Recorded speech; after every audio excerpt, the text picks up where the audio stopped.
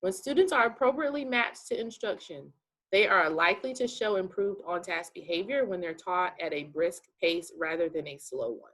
So not moving so fast where no one's keeping up, but how do I know if I'm moving at the right pace? I'm actively assessing. I'm using those task cards. I'm asking them to use the clickers. I'm asking them to poll everywhere. I'm circling around to observe them. We're showing on their whiteboards if they're I'm checking for understanding, right? That's the only way that you'll be able to do this, if you know that I can talk at a faster pace. To achieve a brisk pace of instruction, make sure you're fully prepared prior to the lesson and you minimize the time spent on housekeeping items. So like getting homework, transitions, the routines. You want to be able to move at a pace where your class can follow. So how to do instructional pacing. This is a lot about for wait time. So understanding wait time is important for you to be able to do this. Recall and lower level questions will take most students 1 to 3 seconds to answer. Okay, like recall. What day is it? 1001, 1002, 1003, Tuesday. Right? That's a long time. Questions that require calculation, such as 11 times 3, usually take 4 to 6 seconds to generate a response. Class, what's 11 times 3? 1001, 1002, 1003, 1004, 1005, 33. When you think about it, you're like, wow, it does take longer, especially if you're talking about a student with a disability. They're going to need this wait time. And if you're looking at your instructional pacing, you got to focus on this.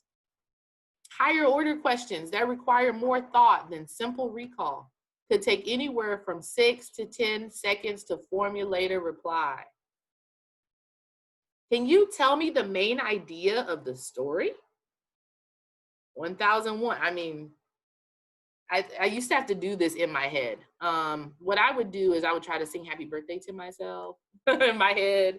So I'm thinking of something happy, I'm passing the time, and I'm not looking like at the student, like intently waiting for them to answer. I don't want to put pressure on them. I want to ask the question and send it out there. If you wait 3 to 5 seconds, you can assume that some students have the ideas. So if I ask you, what's the main idea? 1001, 1002, 1003. Some of my students in the class already have their thought, but they're on the edge of sharing. Okay, so they're gathering in. They're like, ooh, I don't know. Maybe this is the main idea. I'm not sure. How do you encourage them to share out?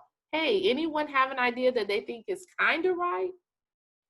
Anyone on the edge of sharing? You're not sure? You want to think through it with us? What are you thinking?